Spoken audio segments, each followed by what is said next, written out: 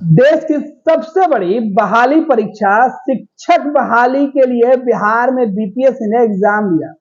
उस एग्जाम के लिए बीपीएससी ने बिहार के शिक्षकों को डॉक्यूमेंट्स वेरिफिकेशन में लगाया हुआ था।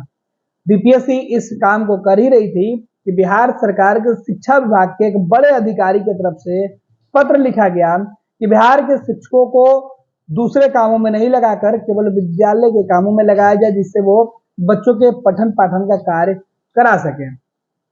बिहार के शिक्षा विभाग में अपर मुख्य सचिव के कई ऐसे फैसले आए हैं जिससे शिक्षक पहले से परेशान थे, लेकिन अब बीपीएससी के अधिकारी भी परेशान दिख रहे हैं। हालांकि शिक्षा विभाग के पत्र के बाद बीपीएससी के चेयरमैन ने अपनी खीज उतार दी है।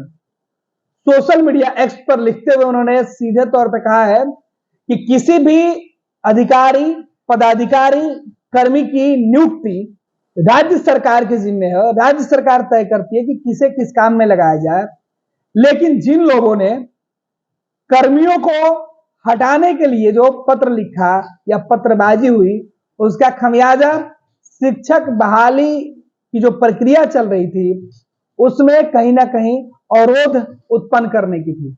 अतुल प्रसाद जो लिख रहे हैं वो हम आपको पहले बता रहे हैं। दरअसल वो लिख रहे हैं कि सरकार अपने अधिकारियों की नियुक्ति करती है, बाद में उसमें बदलाव भी करती है।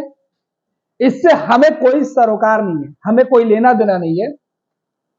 लेकिन इस बहाने जिन तत्वों ने, अतुल प्रसाद ने किसी विभाग के अधिकारी का नाम नहीं लिया है, किसी व्यक्ति विशेष की चर्चा नहीं की, उन्होंने एक तत्व का नाम दिया है। उन्होंने कहा कि जो भी तत्व हैं जिन्होंने हमारे TREDV की रद्द कराने की कोशिश की है, उन्हें और अधिक प्रयास करना चाहिए।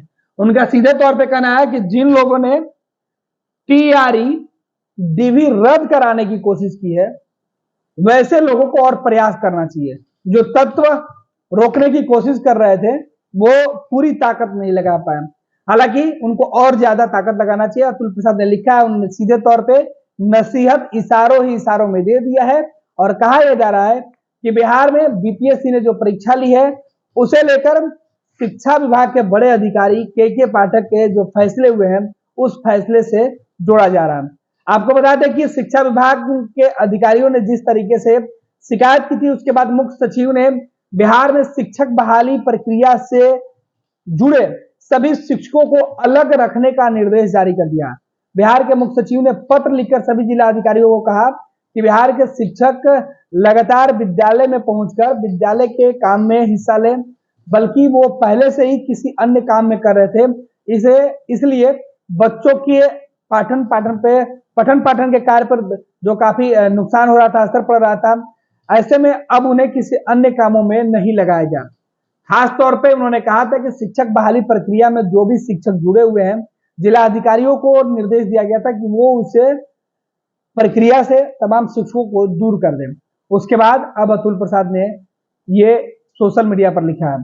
आपको बता दें कि इसके पहले भी के पाठक के फैसले से शिक्षक संघ और शिक्षक समुदाय के जो लोग हैं वो अपनी नाराजगी जाहिर कर चुके हैं। ऐसे में जो मुख्य सचिव का पत्र था उसमें कहा गया था कि विद्यालय में कई ऐसे प्रयास किए जा रहे हैं जिससे बच्चों की उपस्थिति विद्यालय के अंदर बढ़ी हुई है। ऐसे में शिक्षकों को विद्यालय के अंदर रहना ज्यादा आवश्यक है, लिहाजा उन्हें अन्य कार्यों से अलग रखा जाए। हालांकि ये पूरी जो प्रक्रिया थी वो शिक्षा विभाग के अंदर बेहतर बदलाव के लिए किए गए थे, लेकिन शिक्षक बहाली के लिए बीपीएससी ने जिस तरीके से बड़े पैमाने पर एग्जाम करवाया और उस एग्जाम का रिजल्ट देने की तैयारी बीपीएससी ने किया कि जल्दी में रिजल्ट दिया जाएगा कि शिक्षक बहाली की जो पूरी प्रक्रिया वो संपन्न हो जाएगी।